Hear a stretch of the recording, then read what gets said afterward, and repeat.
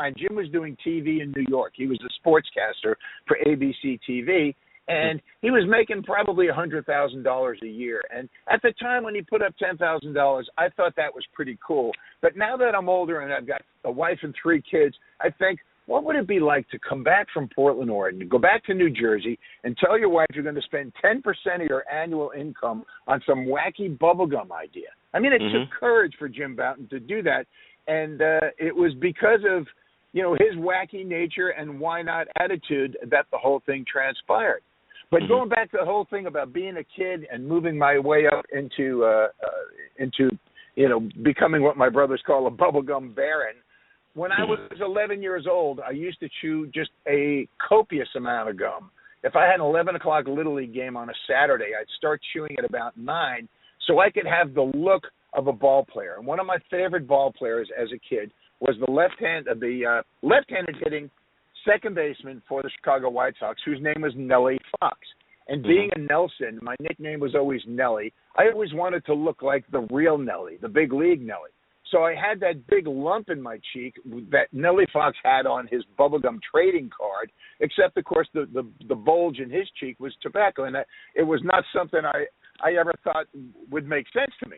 But blowing a lot of bubbles and looking like Nellie Fox, I even used Nellie Fox's signature bat, which was so thick you could hit it with either end. I mean, it was a fat-handle bat. And the only reason I chose it was because it had his name on it, which is what you do when you're 11. It's a dreamy kind of thing.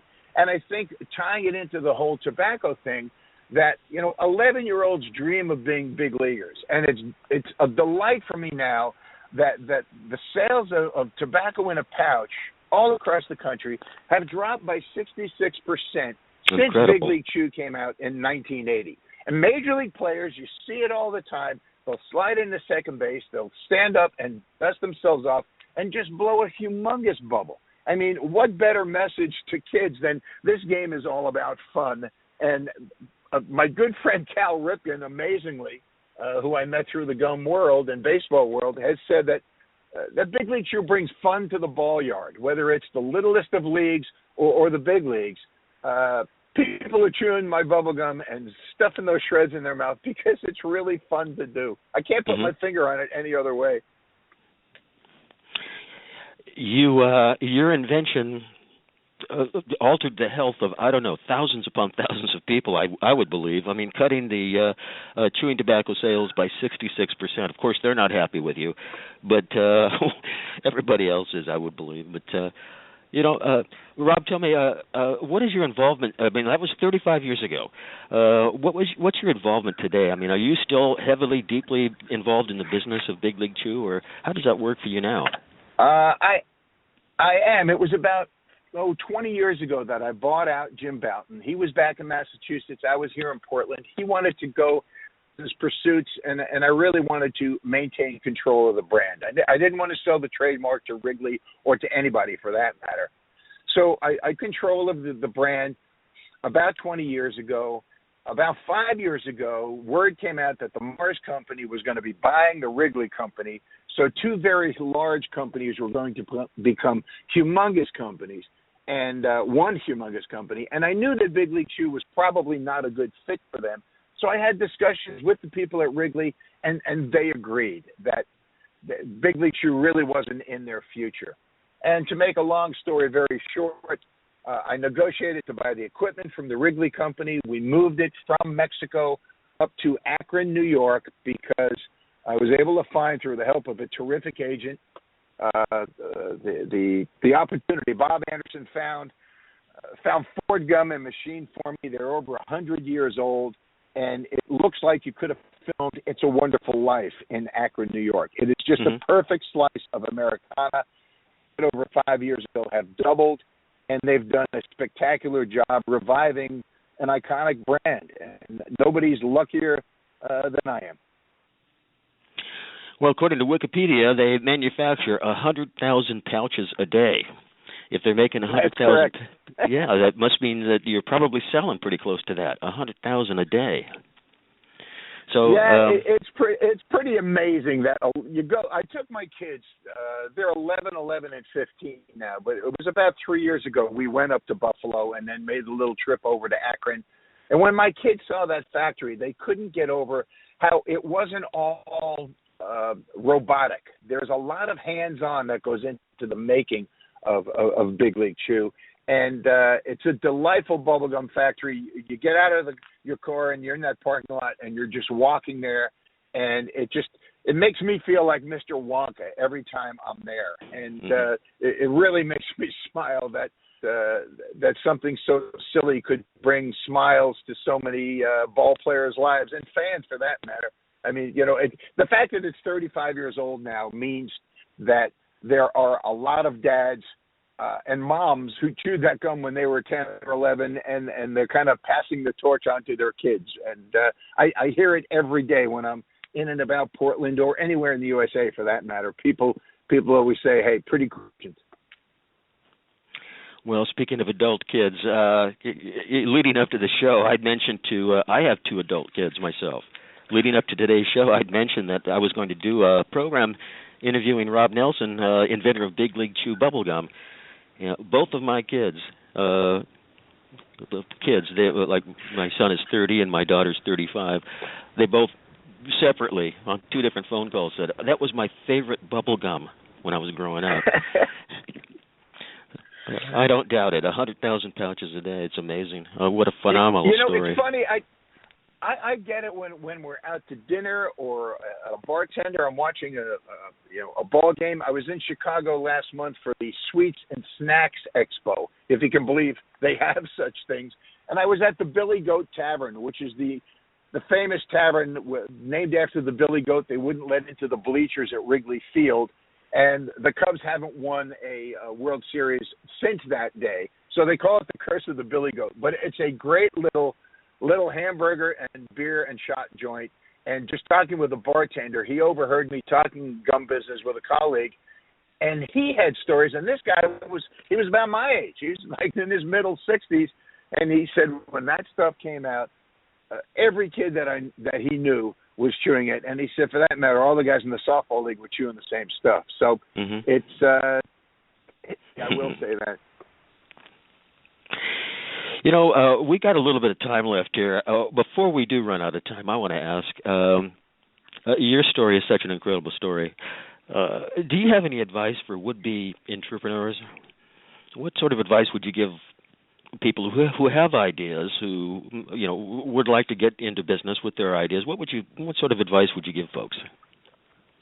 That's a really good question, and in the beginning I probably couldn't answer it, but I've spoken at enough classrooms and Rotary clubs and things like that I think I've got a pretty good answer to it, and a lot of it comes from my dad in terms of just don't be afraid to fail, and from Bing Russell just saying, if you're not making mistakes on a daily basis, you're not improving.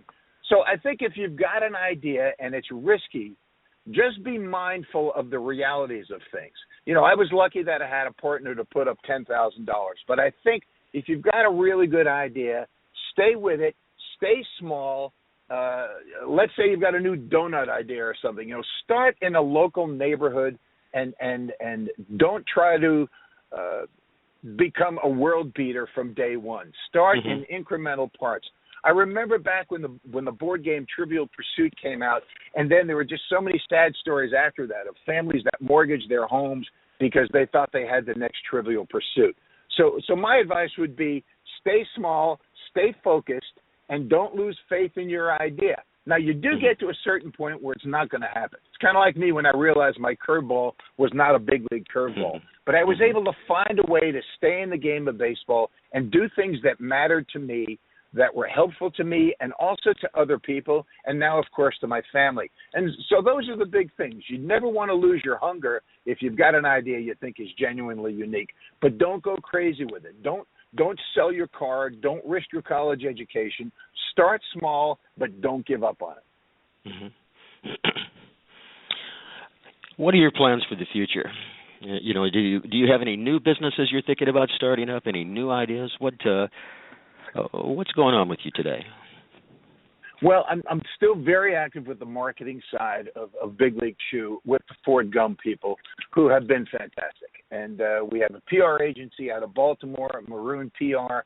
who does Cal Ripken's work and now does Big League Chew's work. So I'm back to the East Coast, to Buffalo and also to Baltimore to just constantly massage the message of Big League Chew. It's what I call the gospel of gum, that, you know, we bring fun to the ball yard, and fun matters. And so I think, you know, I still run my baseball camp back on Long Island. Now it's down to just a 6-week program, but this is a 6-day rather, something with the town of Southampton that I've done. This will be the 30th summer. So I keep involved with coaching kids and doing some speaking stuff at school kinds of functions. I've got a board game I've been working on forever, working title for these days, just Rob's Game.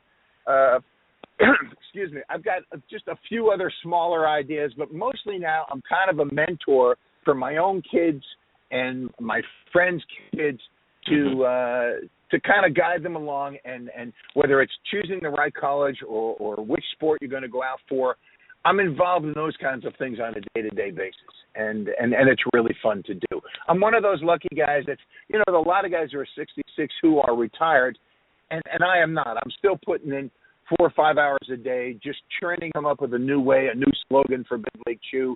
We have a new bubblegum ball that I've always wanted the Wrigley Company to do. But again, we were such a small part of that business, they never got around to doing it. But now the bubblegum ball is like 6% of Big League Chew's business. It doesn't have a candy shell. It's something I always thought would be cool to do. And to see that come off the assembly line just really makes me smile. I'm really lucky, I think, growing up in a family where the small victories really mattered. And little things like seeing a new form of bubblegum, whether it be shredded or bubblegum balls without a candy coating, is just my small victory, my small contribution to things. Well, Rob, we are just about out of time. I do want to thank you so much for appearing on our show today. Big League Chew bubblegum. Thanks for having me. Oh, it is truly our pleasure. What a uniquely American phenomena. Well, I do want to thank our audience also for tuning into the program today. For the audience tuning into the program online, I want to let you know the video images that you've been viewing throughout the program were provided by Maroon Public Relations, and the video was produced by Storytellers-Campfire. Now, I want to ask, please stay tuned for the second part of today's program, Human Trafficking and the Justice and Soul Foundation. Now we'll take a short commercial break, and we'll be right back with the second part of our program.